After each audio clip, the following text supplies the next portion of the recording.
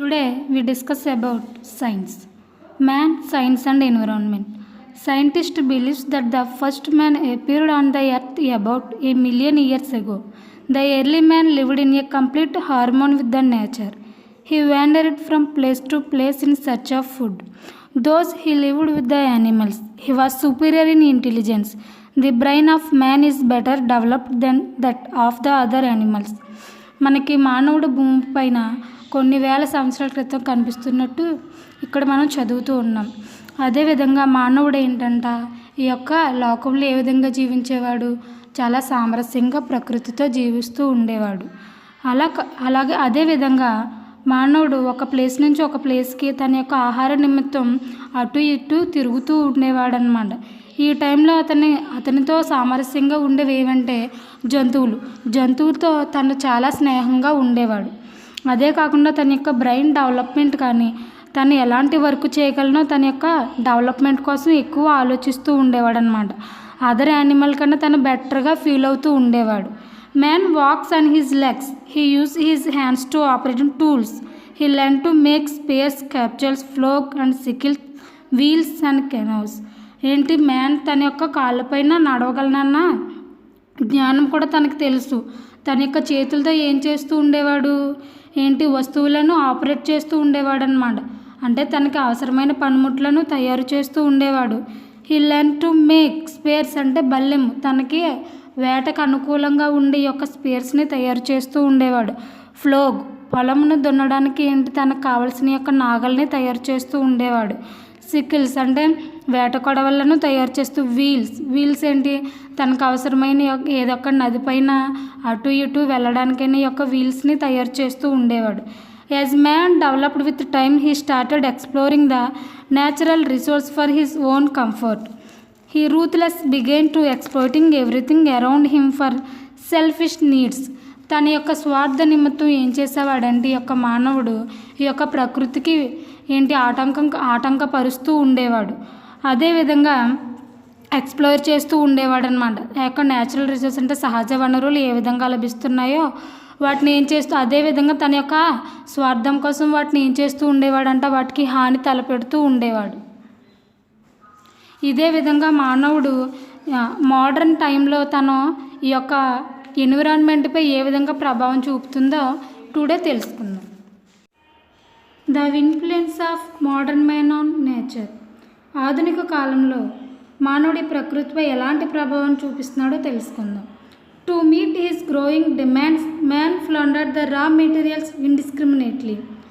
Huge areas of forest are cleared for farming each year.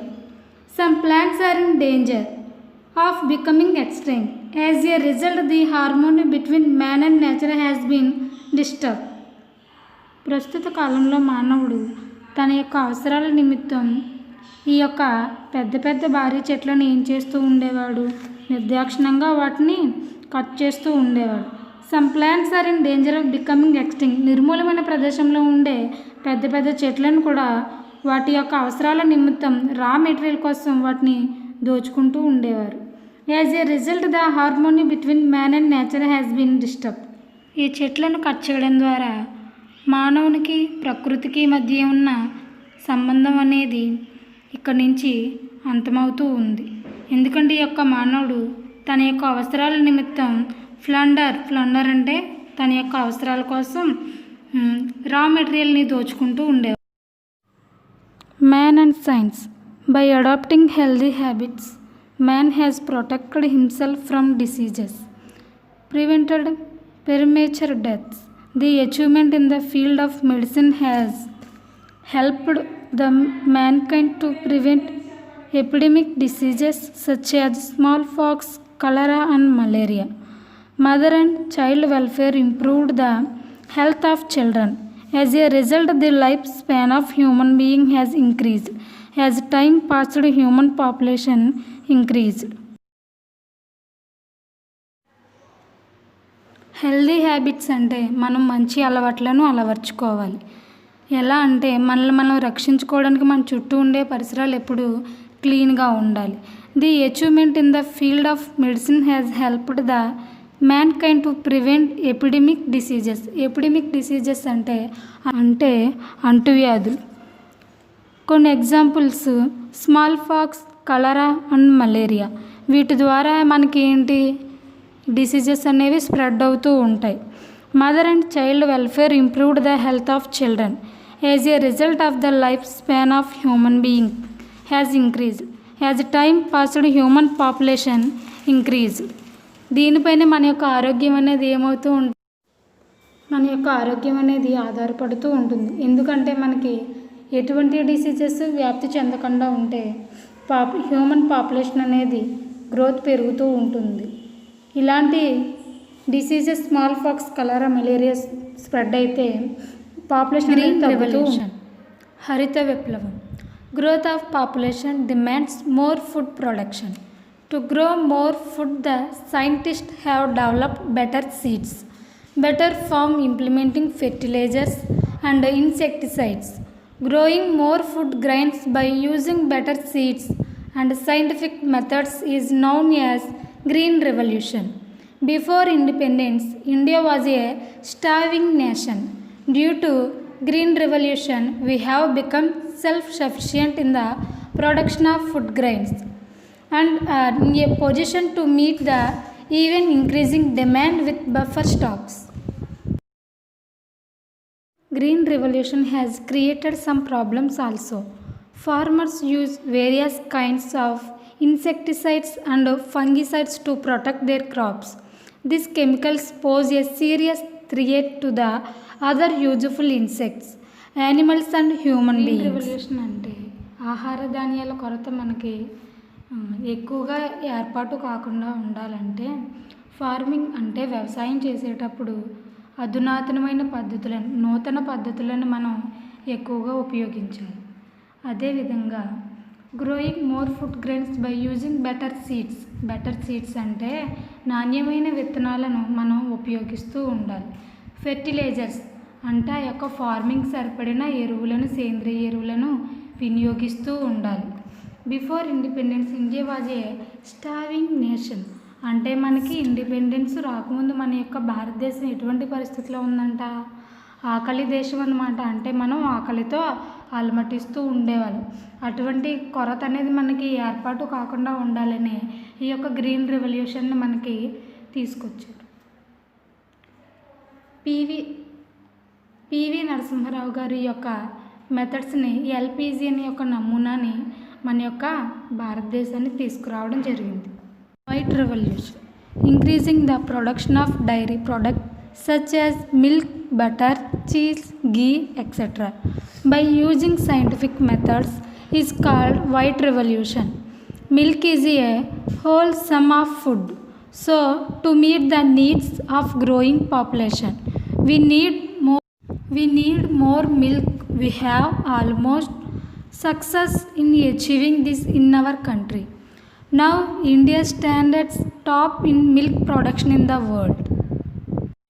White Revolution means శ్వేత విప్లవం. అంటే మన దేశంలో మనం ఎక్కువగా ఈ యొక్క పాల ఉత్పత్తిని అభివృద్ధి చేస్తూ ఉన్నామన్నమాట. ఈ యొక్క పాడి పంటలు అనేవి మన యొక్క భారతదేశంలో ఎక్కువగా మనం డెవలప్మెంట్ చేస్తూ ఉంటాం. Milk is a wholesome of food. అంటే ఈ యొక్క పాలు industrial development and ecological problems. After independence there has been a great advancement in industrial development. The industrial firms are producing all kinds of industrial and consumer goods, electrical goods, fast foods, sugar, etc. A number of industrial waste are released from steel plants, thermal and nuclear power stations, sugar factories, etc. into nearby rivers and lakes. This result in contamination of water, which in the turn result in death of number of aquatic animals. పారిశ్రామికీకరణ జరగడం వలన ఎక్కువగా ఈ యొక్క reverse, lakes అనేవి కలుషితం జరుగుతూ ఉన్నాయి. వీటి వల్ల యాక్వాటిక్ యానిమల్స్ అనేవి ఎక్కువగా మరణిస్తూ ఉన్నాయి. Gases like carbon dioxide, carbon monoxide and sulphur dioxide which are released from industries and vehicle into the air cause air pollution. When these gases dissolved in the rainwater, they fall onto the earth as acid rains. Acid rains cause damage to the soil, plants, animals, human beings, and buildings. The gases released from the jet planes damage the ozone layer. If this layer is damaged, the harmful rays of sun fall onto the earth, causing serious diseases. Gases like carbon dioxide, carbon monoxide and sulfur dioxide, వీటి వలన మనకి ఎక్కువగా air pollution అనేది జరుగుతూ ఉంది. ఈ యొక్క గాలి కాలుష్యం వలన పారిశ్రామిక వ్యర్థవాయువులు ఏర్పడుతూ ఉంటాయి. వీటి వలన ఎక్కువగా యాసిడ్ రైన్స్ అనేవి, ఆమ్ల వర్షాలు అనేవి మనకి పడుతూ ఉంటాయి. వీటి వలన ఎక్కువగా ఏం డ్యామేజ్ అవుతూ ఉంటాయంటే soil, plants, animals, human beings and buildings, వీటికి ఎక్కువగా నష్టం అనేది జరుగుతూ ఉంటుంది.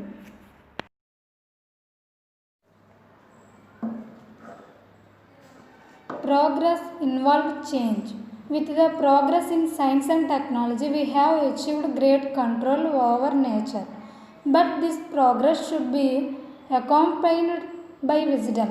You might have heard about the Bhopal gas tragedy in our country and the Chernobyl tragedy in Russia. These accidents make us understand that scientific progress also brings danger to the environment and man. So we should use advance in science and technology with great care. We should try to make progress without polluting the environment. Air, water and soil are the basis of life. Plants, animals and human beings need air, water and soil to live. Man should take care of the excavable resources like coal, petroleum, natural gas and minerals. Proper care should be taken in preserving and utilizing them so that the future generation can live in a clean and safe environment.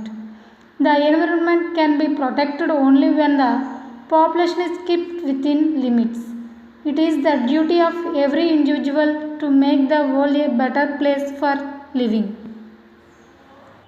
మనం పర్యావరణాన్ని రక్షించుకోవాలంటే ఈ యొక్క air pollution, water pollution, soil pollution ఇలాంటివనేవి జరగకుండా మనం ఎక్కువగా చూసుకోవాలి. ఈ యొక్క Bhopal gas tragedy in our country in the 1984 December 2. ఈ యొక్క భోపాల్ గ్యాస్ ట్రాజడీ చాలా ప్రమాదానికి గురి చేసింది. కొన్ని వేల మంది మరణించడం కూడా జరిగింది. ఇలాంటి గ్యాసెస్ లీకేజ్ జరగకుండా ఉండాలంటే మనం ఎక్కువ కేర్ తీసుకోవాలి. అదేవిధంగా మనం పర్యావరణాన్ని ఎక్కువగా కాపాడుతూ ఉండాలి. ఫ్యూచర్ జనరేషన్ కూడా వాళ్ళకి మంచి పర్యావరణాన్ని అందించే విధంగా మనకు ఉండే రిసోర్సెస్ని మనం లిమిట్లో వినియోగిస్తూ ఉండాలి.